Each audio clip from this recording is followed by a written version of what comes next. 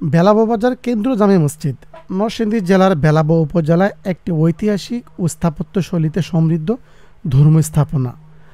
প্রায় ৪০০ বছর পূর্বে জনাব মাহমুদ ব্যাপারী এই মসজিদটি প্রতিষ্ঠা করেন এবং জমিদান করেন। ক্রমবর্ধমান মুসল্লিদের চাহিদা পূরণে ২০০৮ সালে থার্মেক্স গ্রুপের চেয়ারম্যান আলহাজ আব্দুল কাদির মোল্লা প্রায় ৪ কোটি টাকা ব্যয়ে মসজিদটির ব্যাপক সংস্কার করেন।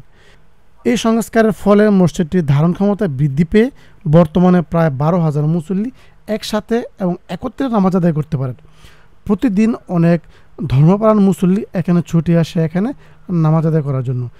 বিশেষ করে শুক্রবার সহ রমজান মাসে এখানে অনেক মুসল্লি হয়।